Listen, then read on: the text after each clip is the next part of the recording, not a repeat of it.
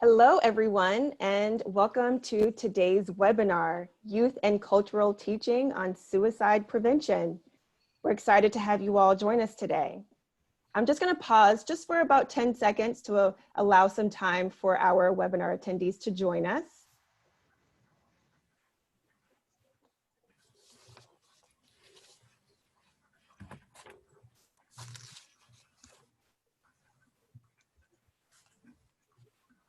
All right. And to get us started, I'd like to go over a few technical notes to ensure that we have a technically sound broadcast today. First and foremost, at the end of the webinar, we will have a portion for question and answers. We encourage you to participate in this section of the webinar by using the QA box located at the bottom of your menu bar. If at any point during the webinar you have a question, simply input your question here and we'll be sure to get to it at that designated section. Next, if you lose connectivity during the session, simply re-click your join link. That'll get you right back into the broadcast. And lastly, if you face any technical difficulties, simply send a chat and I'll be sure to help you from there. Thank you so much. And from there, I'm going to hand it over to my colleague, Anna Whiting-Sorrell. Anna? Good afternoon, everyone. Here in Montana, it is 1 o'clock, and so it is afternoon. I'd like to begin, as we do across Indian country, in a good way, and remember that we are thankful for all that we have been given, all that we are as Indian people, and how strong we are when we rise together. I am really thankful today to be able to be the moderator of this panel. I work for Kaufman and Associates as a training and technical assistance coordinator with a focus on working in tribal communities, really focusing on suicide prevention awareness.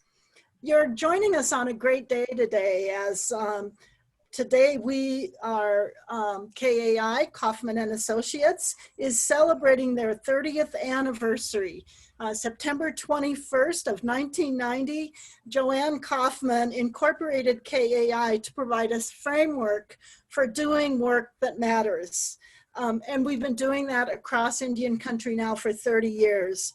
KAI has been called upon to assist in shaping national Indian health policy for tribal communities and bringing together families and communities to really lift up our businesses, our families. We've designed logos and marketing strategies. We've facilitated difficult conversations, organized meetings, and helped develop strategic plans. KAI suicide preventions include the development of the Gathering of Native American, the GONA curriculum, in bringing together some of the best trainers back in 1992. In addition, the Suicide Prevention Manual, To Live to See the Great Day That Dawns, is something that KAI was very instrumental in bringing out and still remains on the SAMHSA website. During this pandemic, KAI has continued to be a source of important information, and today is just one more example of the good work that we do. Originally, we had planned that Dr. D. Bigfoot, would be our presenter, but as we all know, life intervened and she's not available. So she sent us Shelby Rowe, a colleague of hers. Shelby is the program manager for the Suicide Prevention Resource Center at the Oklahoma University Health Science Center. And which is really cool here, in 2016, she was the Chickasaw Nation Dynamic Woman of the Year. As a health professional, crisis intervention expert, and a suicide attempt survivor, Ms. Rowe has been a leader in the suicide prevention movement at a state, local, and national level since 2007. I'm really excited that she's been able to join us because Ms. Rowe is on the task force, the American Indian Alaska Native Task Force for the National Alliance for Suicide Prevention. and its main goal is to really get suicide prevention information out to tribal communities, including the development of national research. I don't want to take more time than that. I think we can all tell that she's going to be a great presenter, and I'm going to turn it over to you, Shelby. Thank you. Thank you for stepping up and joining us today. Thank you, Anna. And it's my pleasure to join everyone today and to fill in for Dr. Bigfoot. Make sure I can still move the slides. Oh, it popped it out of the session. There we go. Okay. So first, I'm going to start with a reminder, and I just recently joined Dr. Bigfoot's team. I think we'll talk a little more later. We were just awarded the $38 million SAMHSA grant to provide the Suicide Prevention Resource Center for all of the United States, to provide technical assistance for all suicide prevention programs. And so very happy that as an Indigenous woman getting to work for another brilliant Indigenous woman, that we will be able to incorporate the wisdoms, beliefs of our people into suicide prevention for everyone. So when we look at suicide prevention among Native communities, to go back, culture is our greatest strength, and a lot of that has been taken from us. And so these are some reminders, conversation I had with Dee recently, and that's, our shame has replaced honor. The shame was put into us. That was one of the goals of the boarding school era. We don't have a lot of time. We could spend another 3 hours talking about historical trauma, but we're going to kind of move past that. But when we apply our teachings, we are honoring our ancestors, and we learn from their stories. We honor our future and the generations that will come after us. The difference between a tragic tale and an inspiring story is how we tell it. And when it comes to preventing suicide in Indian country, it's time for us to tell a different story, to shift our perspective. We don't want to believe the stereotypes and promote the stereotypes. I was speaking with a friend who works for a major mental health care system and does assessment interviews for individuals needing hospitalizations. And he told me when he thinks of a Native American, he thinks of a homeless, alcoholic, suicidal male. That's not what I think of, and those stereotypes are data showing that's just not the case. When I think of a Native man, I think of John Harrington, the first Native American astronaut. I think of composer Jared Tate. I think of filmmaker Sterling Harjo, the actor Wes Studi. I think of Taboo from Black Eyed Peas, pop artist Stephen Paul Judd. I think of my dad. And I think of my sons. So when we're thinking about saving lives in Indian country and Native men at risk, we really need to change our image, because there's so many beautiful, inspiring examples of our people. Also, when we look at suicide across a lifespan, the old saying from boarding school era, kill the Indian, save the man, what we found over time is killing the Indian actually does kill the man. And our suicide rates for our men are higher than that for our white counterparts. But something happens when our men reach adulthood. You'll notice once we hit 35, really about once we start hitting 30, it starts to go down, and then we are at lower risk. Our suicide rates are lower.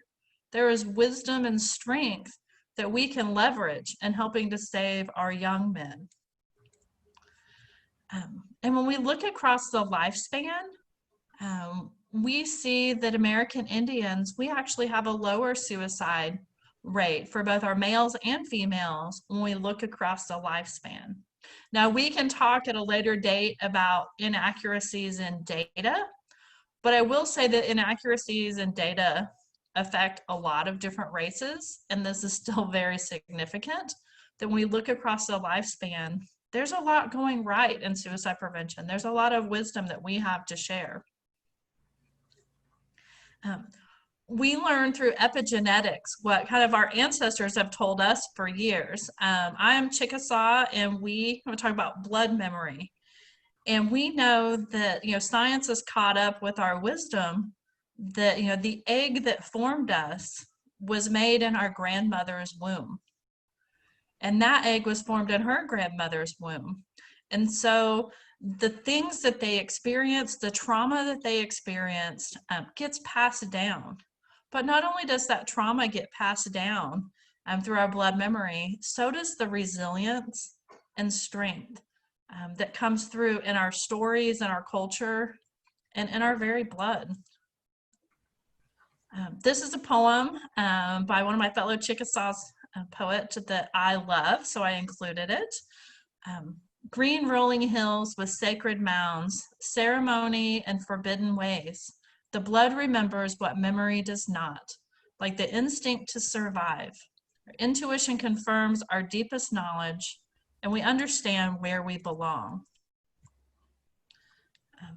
Our cultures had ways of dealing with transitions. We had rituals, we had stories. Periods of transitions in our life increase our risk for suicide. But learning more about our traditions and cultures, and for our young men, going from childhood to adulthood is a transition that we're losing far too many. But reconnecting with our culture, that is good medicine. It is good suicide prevention. And just a few things of naming ceremonies. Well, these happen during times of transition. These part of our ways. Learning to be silent and to sit. When we're experiencing painful things in transitions, it's okay to not have the answers. It's okay to sit in silence with someone, hold space for them, and sit with them in their pain on their journey. Our ceremonies, our resilience. There's a lot that goes into our ceremonies. Everything, from every piece of the regalia being prayerfully made to how meals are prepared.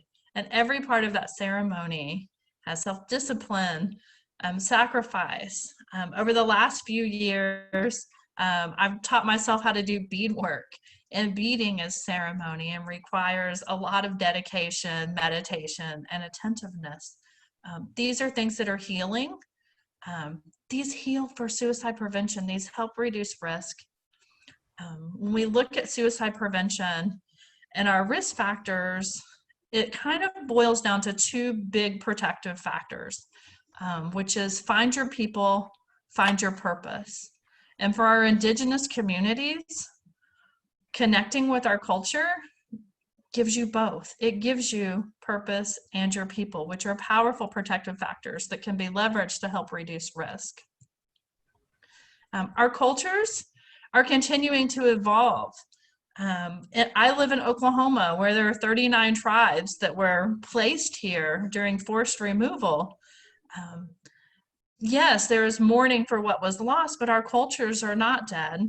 Our cultures continue to evolve.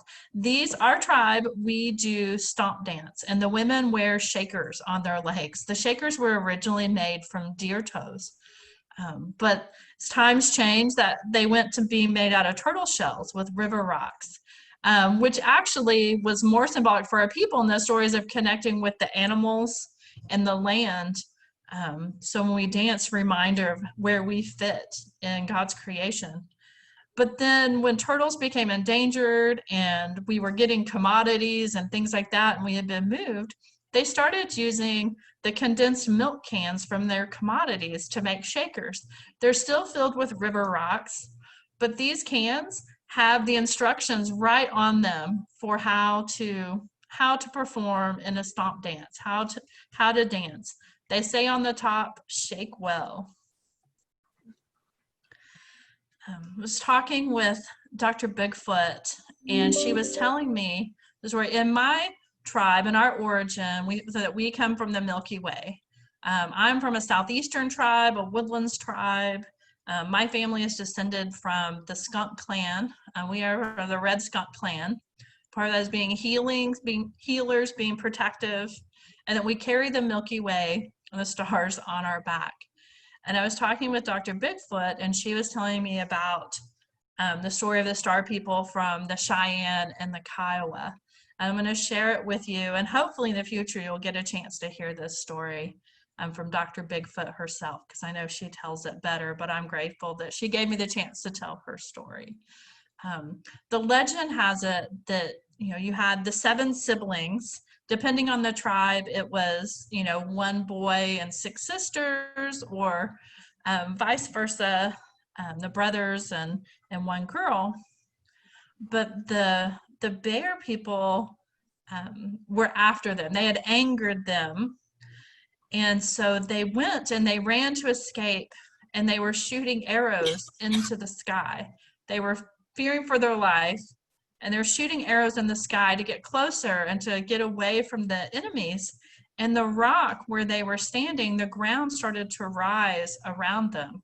And the bears kept coming and trying to get to them, and were scratching and tearing at the dirt and the rocks. But it raised so high that they were protected. And so they could, these 7 siblings could go up into the stars. It's the origin story, of the land, where we have Devil's Peak. It was a very sacred site. And the star people was that those siblings became the Big Dipper and are in the heavens. And that is where we come from. And many tribes, I really believe we listen to lots of different origin stories of those similarities, because we are all one people at heart.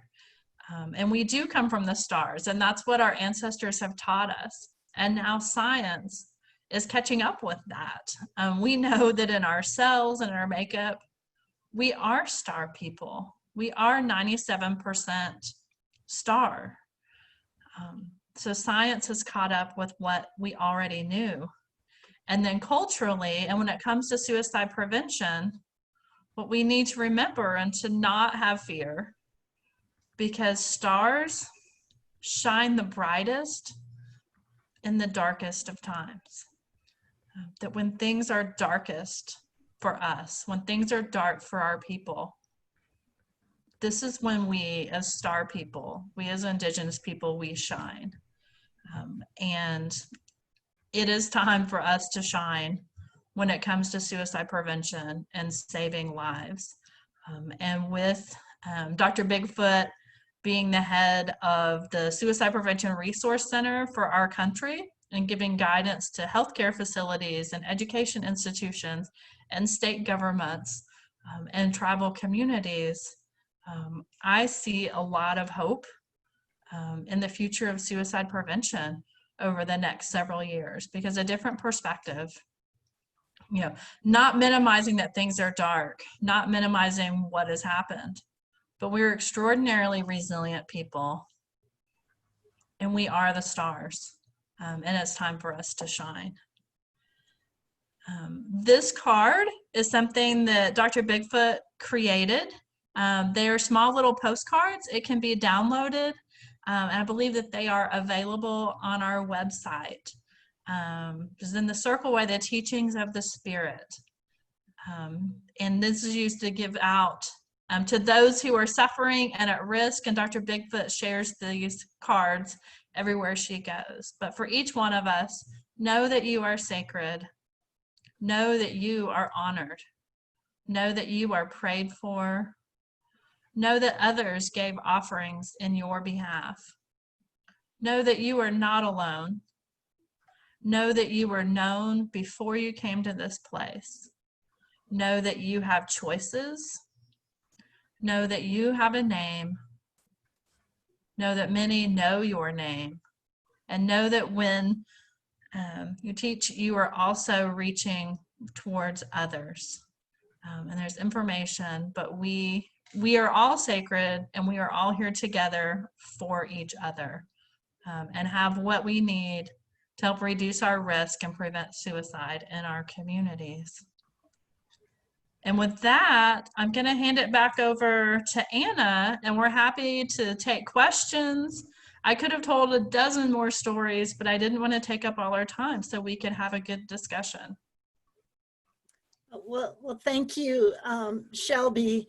It was, I think so much of what you said really does translate across all of the United States to Indigenous people. I know some of the things that you talked about as being from Oklahoma or from Northern Cheyenne certainly are part of who we are as Salish people, and how we are connected to the stars. I was told recently that when we pass to the next world, they will call us to the fire by our Salish name. And I just really now know about how important it is to have those naming ceremonies for our children. So thank you for that. Thank you for being for being here with us. We don't have any questions in the chat box, so if anybody has a question, please add it to the chat box. But while we wait, I would love for Shelby to tell us a little bit about the big grant that you all received, and you're the program manager for that grant. So if you could tell us, and what can we look forward to seeing as that center comes online? Sure. So, we're in the beginning phase. The grant started September 1st, and we're putting everything together. The grant is for the Suicide Prevention Resource Center. And one of our goals, we will still contract with a lot of other partners, but looking at developing new tools. A few years ago, the National Best Practices Registry was kind of taken down. And so we will be working over the next year or so of recreating and setting new guidelines for what is best practices in suicide prevention. As we know as public health professionals, that doing, clinical controlled double-blind studies like you do in medical research, that's just not possible in communities. And looking at not only what is good evidence-based suicide prevention practices, but also looking for what is good practice-based evidence that things have promised to work. And so we'll get to kind of redefine some of that and put together that best practices registry and advice to help give guidance to communities. Also working a lot with how healthcare communities can do a better job of treating and reaching individuals in high-risk categories, specific to things such as individuals who have made repeat suicide attempts or been hospitalized multiple times, of what are some specific practices. There are other healthcare professionals such as, oncologists that specialize in high-risk cancer cases, and we need mental health professionals who specialize in high-risk cases to provide better service for those struggling the most with thoughts of suicide. But there's a lot of different moving parts. The National Action Alliance for Suicide Prevention is one of the projects. There's a lot of new research happening. There's a new national call to action that'll be coming out in the next few months. Got a sneak peek. I think that those of us who work in the field of suicide prevention are going to be happy with that. And just know that all of the new tools that are coming out are going to be coming out not with suicide prevention for tribal communities added at the end, but having those completely integrated. Not only do we need a lot of technical assistance and research and information, we have a lot of information and wisdom to share with the entire field of suicide prevention. So I think it's a really exciting time. There's a lot of changes, but there's a lot of good things coming. Well, Shelby, from the chat box, we have a question, and it is for best practices Is it going to have cultural influence, and will it include traditional ceremonies? So I know there's evidence-based, there's practice-based, and there's cultural-based. So could you refer to all three of those for us, please? Thank you. Sure. Nothing is set in stone, but I will say that I know that we will make space. Knowing our team, to make space, it's going to look different. Our categories are going to look different, but definitely, a lot of our cultural-based practices, it's not that they're not evidence-based. It just seems to take science several decades to to catch up with what our ancestors knew. And so making some, different categories for that, I do see that being included. There will be, evidence-based practices are there, and we, will promote those, but keep them on the same playing field with a lot of the cultural-based practices. So everything, many of the people on our team are Indigenous. So even though it may not be our roles, like we've got our tribal liaison will be another woman, not myself or Dee, but we'll all work closely together to make sure that we're incorporating all of that. So there's a lot of moving parts. There's going to be focus groups set up so we can capture good wisdom, and that we're not just listening to those traditional voices of suicide prevention that often overlook very specific strengths and risk factors in tribal communities. So we'll be looking at incorporating those much more strongly moving forward in the Suicide Prevention Resource Center. Thank you for that. There's one more question in the chat box, and that is about what are your thoughts around stigma? I know that that's one of the major, it's certainly a major area that has to be overcome in all mental health, including suicide, but certainly in some tribal communities, the stigma around suicide is high. And so what are your thoughts around how do we move beyond that? So some of them, it may be, I think, kind of, shifting the narratives. There are tribes where, the elders, that there's not a traditional word for suicide, and there's so much stigma even towards using the word suicide.